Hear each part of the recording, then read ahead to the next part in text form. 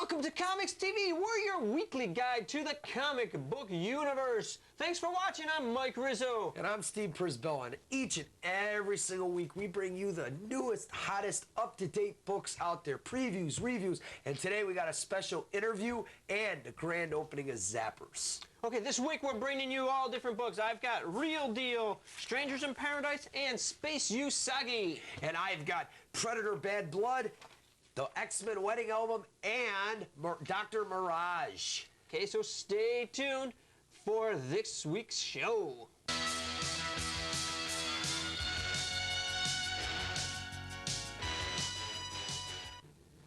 Topping this week's news, COMX-TV was there at the grand opening of the newest Zappers video game store inside Video Factory at the corner of Grant and Ferry in Buffalo. We're going to go over to Steve, who has just flown there in record time, and he's got an interview with the manager.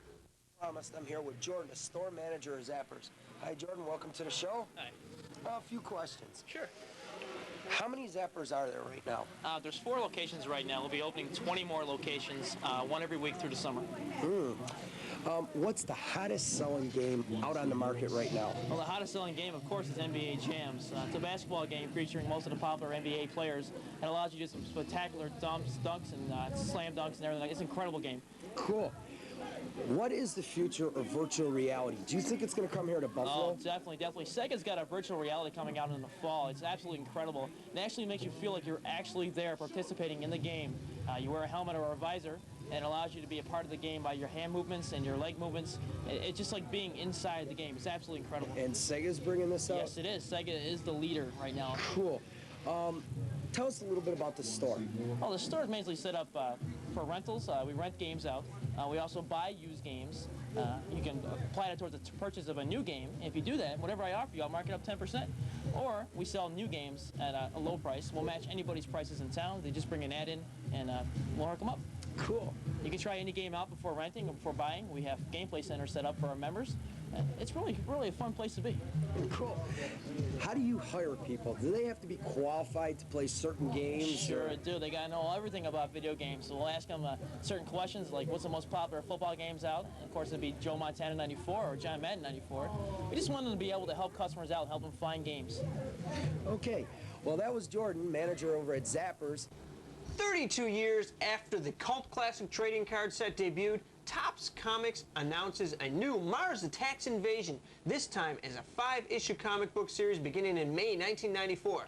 The new series will be produced in a prestigious or premium format, deluxe glossy coated paper, full computer color by Digital Chameleon. Each issue is a full-sized flip cover comic book with 2 stories and 2 covers. When the original Mars Attacks trading card set landed in candy stores in 1962, it became an immediate cult favorite. Although the concept of storytelling in trading cards was not new, Mars Attacks took the concept of a science fiction invasion further. The cards had a degree of horror and intensity like never before seen. In fact, the vivid, full-color blood and guts detail in these cards is graphic even by today's standards. While many Americans were expecting a missile attack from Cuba in 1962, suddenly the idea of a Martian invasion was brought into our own backyards. While children loved the cards, the gore was too much for their parents, who ultimately were so outraged that Topps quickly ended production of the cards. Today, a complete mint condition set of Mars Attacks can command nearly $2,000. The 1994 comic book invasion promises to be no less graphic.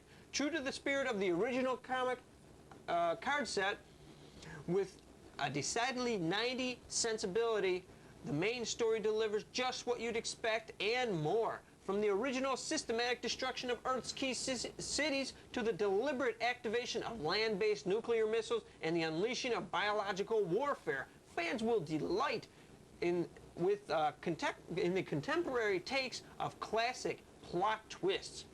Topps has recruited an all-star creative team, including Keith Giffen, co-creator of Lobo and Trencher, as writer. Len Brown, co-creator of the original Mars Attacks cards, is Topps creative director. Charles Adlard, known for his work on DC's Black Orchid Annual and Scarlet Witch for Marvel, provides pencils for the main story and includes work from Dave Simmons, Earl Norris, and Ken Stacey. The first issue contains a poster of all 55 original cards, and Topps will reproduce the entire set along with 35 all-new cards in July. Issue number 1 of the comic ships in May and will cost $2.95. Dark Horse publisher Mike Richardson announced the release of Mike Mignola's first creator-owned work, Hellboy, Seed of Destruction, publisher under the Legend imprint. The 4-issue miniseries should be out sometime this week. Mignola provides the story and art with scripting assistance from John Byrne. Billed as the world's greatest paranormal investigator, Hellboy made his debut appearance last August in Dark Horse's San Diego Comic-Con Comics #2, which was given away to attendees at the '93 San Diego show. According to Mignola, Hellboy is fun to draw and very distinct. It's a combination of Jack Kirby, big monster characters, and an old Ray Hasselburn stop-action movie characters.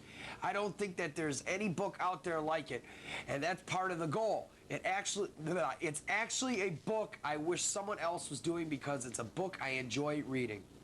And sorry, folks, I've got a very bad cold this week, and I'm having a hard time talking. A couple quick news bits this week. Image Comics opened a new New York office. The reason is not known at this time.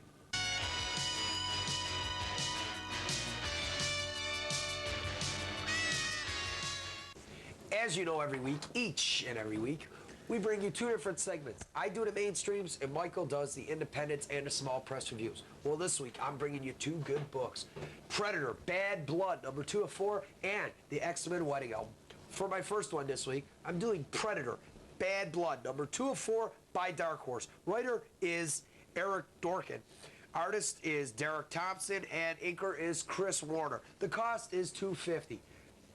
This book was about a good predator joins forces with 5 ex-CIA agents that went AWOL from the corporation, and they set out to seek and destroy a rebel predator which is here on Earth, destroying all kinds of different armies.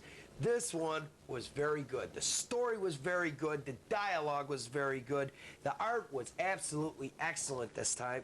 The Predator is drawn differently. I really like the way it's drawn. Interest level is very good. Action level is beyond excellent. There's action on almost every page. Realism, very good. Humor, none whatsoever. Color, very, very, very good. Target audience, Dark Horse readers, or first-time Predator buyers. Overall grade on this one is very good because it is better than a usual Predator series. Like I said once before about the market being flooded with Alien and Predator series, this one is above all the other Predator series that I read other than the Aliens Predator Wars. This one was very good. I definitely recommend you go out and buy this one. It sells for $2.50. Go get it. For my second one, I'm going with the X-Men Wedding Album.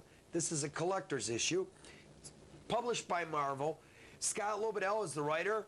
Artist is Ian Churchill, and inker is Jason Miner. It sells for $2.95. This one picks up where the wedding book left off. This is the wedding album, after the wedding. Jubilee and Jean Summers, are sitting in Jean's bedroom.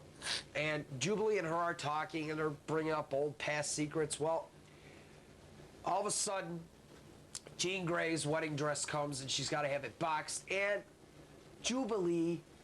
she tells Jubilee, go ahead, look through any boxes. You see anything you like, take it, it's yours. Well, she's going through, and she finds her old Dark Phoenix costume, and all of a sudden she finds Jean Grey's diary. It talks about Dr. Xavier, Scott Summers, better known as Cyclops. All of a sudden, comes to a part where it starts talking about Wolverine. Jubilee gets a little ticked off at that because she's got the hots for Wolverine, better known as Logan, and so on and so forth. At the end of the book, it shows, oh, Jubilee's crying, oh, Jean, I found your diary and I shouldn't have, but I read it. Oh, they stayed best friends. Well, that's that. Then it goes into a little outline story of the reception of that. This book was really, really good. Story was good, dialogue was good, art was absolutely excellent, one of the better ones. Humor, very good. Realism, very good. Color, good. Target audience on this would be Marvel fans, people who are keeping up with the wedding. Overall grade on this one is good. I would definitely go out and pick this one up if you can still find it. I recommend this one. So that's 2 books that I really liked this week. Now I'm going to turn it over to Mike with the small press review. All right, this week in the small press department, we've got Real Deal, #2 from Real Deal Productions. Can't quite figure out who does it, but I believe R.D. Bone does the whole thing. It's $2, and it's only available mail order. As Steve carefully chooses what pages we show, Real Deal is the real deal. Real Deal is the real deal. Blacks maim, torture, and kill each other for no apparent reason. It's just the whole story goes through with, hey, you MFer. And like the whole thing is, the whole story is like that. It is a weird book. Threw me off guard, that's for sure. Okay, I'll give you the lowdown on this one. The grades. The story's good. The dialogue's good. It's definitely an urban warfare dialogue. The art is kind of poor. Interest level is good. Action level is very good. I mean, there's fighting action throughout the entire book. There's blood everywhere. Realism good. Humor good. It's a black and white book. The target audience, I don't know. I don't know who would read this book. I don't know if it's a book that, if you really want to know what the urban life is like, maybe you should read that book. That's one of the things they claim. This is just senseless killings and stuff like happens in the inner city, and maybe that's something everybody should read. Maybe it has a serious point to it. It's very interesting, and overall, I give it a good minus grade. It's not quite a good, but it's something to take a look at if you really want to know what the nitty-gritty, no superheroes kind of stuff is about. My second book this week is Strangers in Paradise, #2 of 3. This is from Antarctic Press. Terry Moore does the entire book. She writes it, she draws it, she inks it. It's $2.75. Basically, this is a story. It's like a novel. There's no superheroes. There's no bad guys. Nothing like that. It's more like a novel, and I'll sum it up this way. Francine loves Freddie, but he just wants to get in her pants. Katchu, who is a female, she loves Francine, and David likes Katchu. Now, Freddie dumps Francine, and Katchu freaks out. Francine freaks out. Katchu teaches Freddie a lesson. The backup story in the back of this is The Adventures of A-Girl, which we had done a while back. I did a review on the A-Girl books. So obviously COMX-TV is on the cutting edge. When we preview these books that you don't know about, then you find them in a larger book like this. We know what's coming. This book is excellent. Excellent story, excellent dialogue, excellent art, excellent rendering of people's emotions. Interest levels, excellent. Very good action, very good realism, very good humor. It's a black and white book.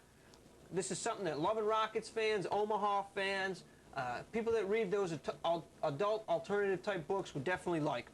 Overall, I give this a very good plus. It's an excellent book with a good story, good art, and it's worth every penny. Take a look at this book. Take a look for this book because it's something that I put in the same category as Strangers in Paradise. Let's see, what do I put this in the same category as? I forgot the other books. Well, anyways, I put this in a category with some other books too. Very good book.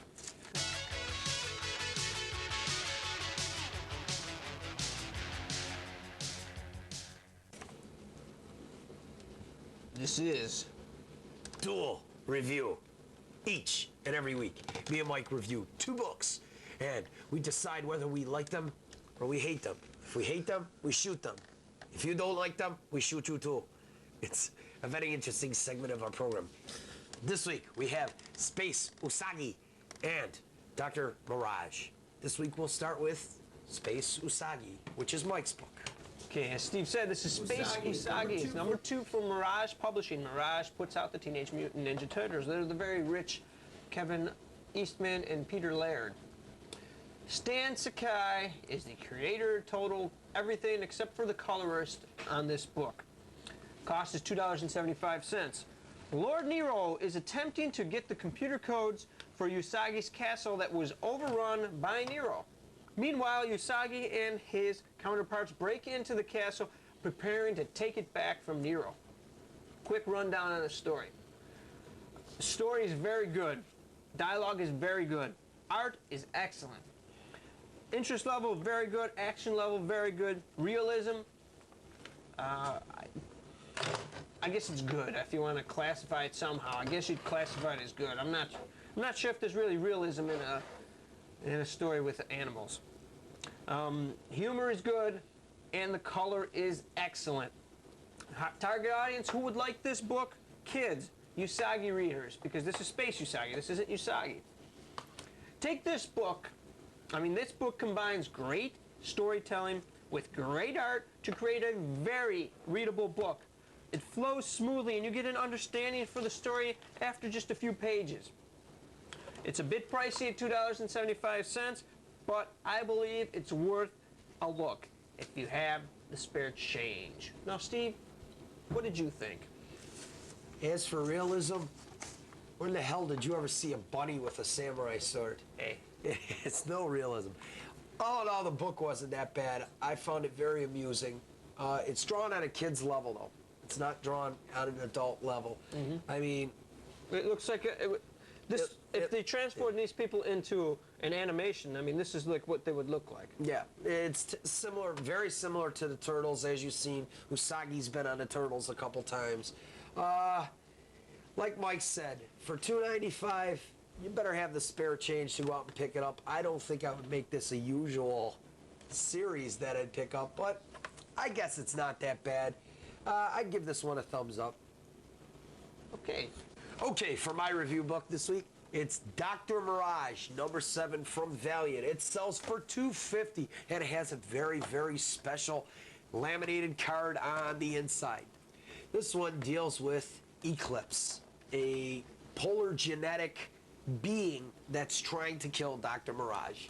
Here we go again, like I say every week.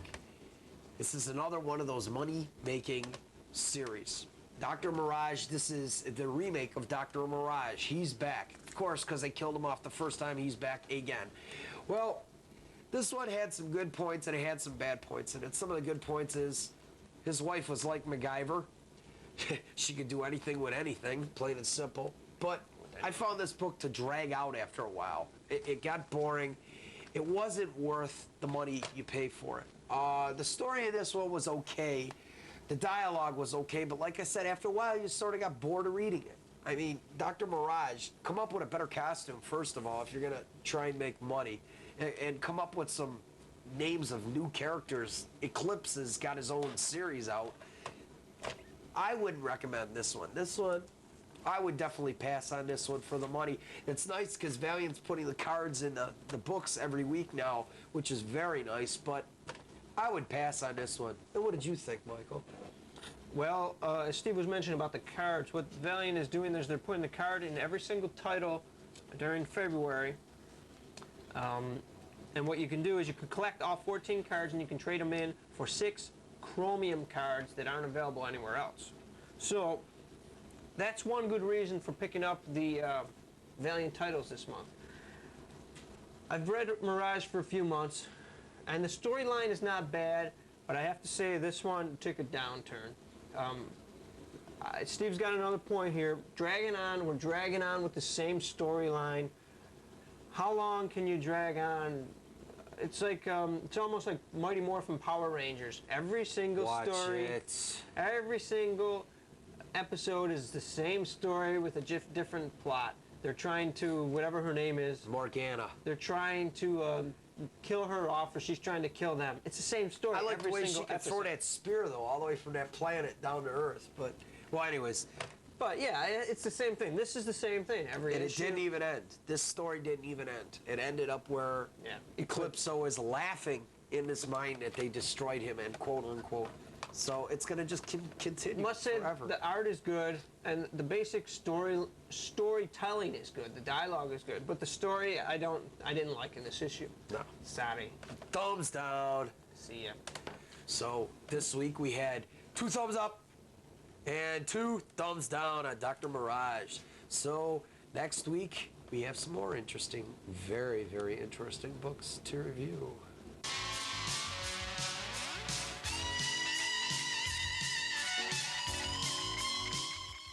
This week on the Comic Book Hall of Fame, we have Crime Does Not Pay, number 22 from June 1942, published by Lev Gleason.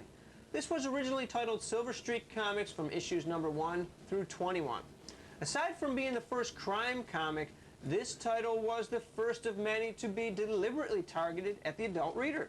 Crime Does Not Pay was inspired by the widely read True Detective style magazines of the time.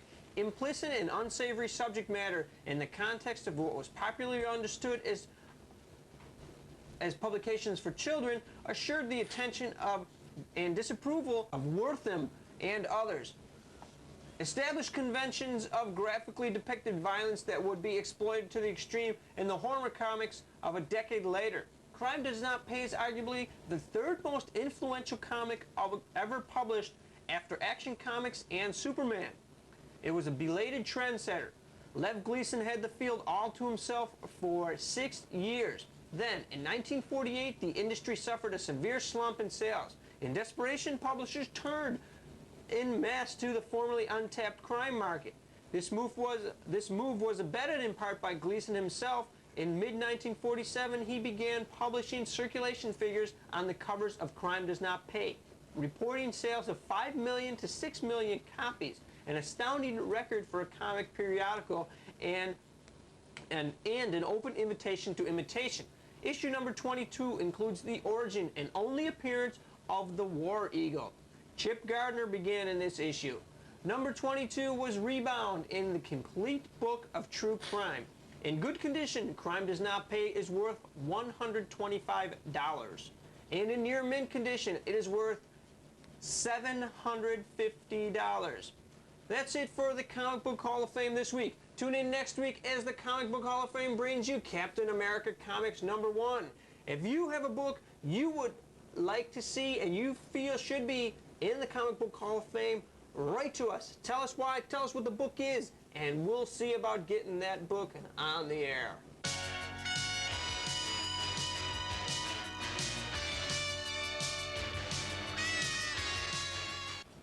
Okay, for my preview this week, I'm doing Superman Doomsday Hunter Prey number 1 of 3. It's a thunderous rematch between Superman and Doomsday. This pulse-pounding story is barely contained in a 3-issue miniseries written and penciled by Dan Jurgens with inks by Brett Bretting and a creative team from historic Superman number 75.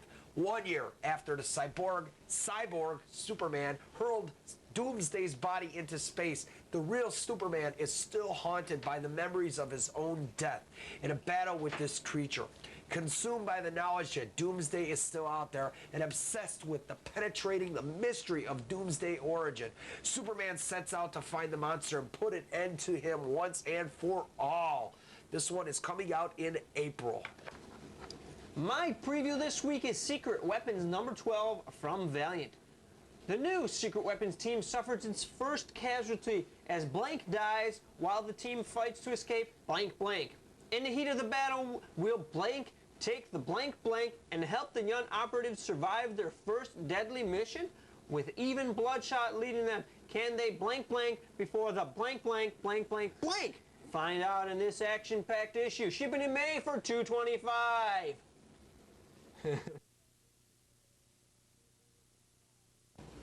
In Buffalo area store news, another new store has opened and 3 more have closed. Mike's Cards and Comics on William Street near Harlem and Cheektowaga is the newest entrant in the store market. Heroes and Villains, formerly on Union Road in West Seneca, closed shop in January after poor sales and what I would attribute to lack of promotion and location. If customers don't know where you are, they won't find you. Also closed is Chronicles, formerly on Elmwood Avenue. Chronicles had what I thought was a good location, and they did promote their store. They say There may have been problems with Comics Plus being located a couple miles up on Elmwood. Lastly, a store located at the Southgate Plaza in West Seneca has changed gears, literally. Speed Sports and More now deals in racing memorabilia only. Previously, they had sold cards and apparently comics as a sideline, while selling racing gear in the other half of the store. The comics were definitely a fill-in item, as may have been the cards. It is stores like these that give full-service comic stores such as Queen City, Comics Plus, Flight into Fantasy, Seneca Collectibles, and Fantasy World a bad name. Lastly, this week, we announced the opening of a Buffalo card in comics on Seneca Street a while back. After speaking with the owner, I believe either the shop will close within a few months or the comics will disappear. Again, comics are being used as a fill-in item for the card shop. When will these people realize there are two distinct markets with little crossover, and you cannot, at least in the Buffalo market, run a shop trying to cater to both markets? That is why we have spoken of the local conventions which cater to the card buyers, with comic being used as a fill-in. And that's it for the comic news this week. Okay, next time you patronize your local comic shop, buy a book, read it, still throw it on a shelf, take care of it. Put it in a bag, really take care of it. So, next time you patronize your local shop, tell them you've seen it on COMX-TV. See ya.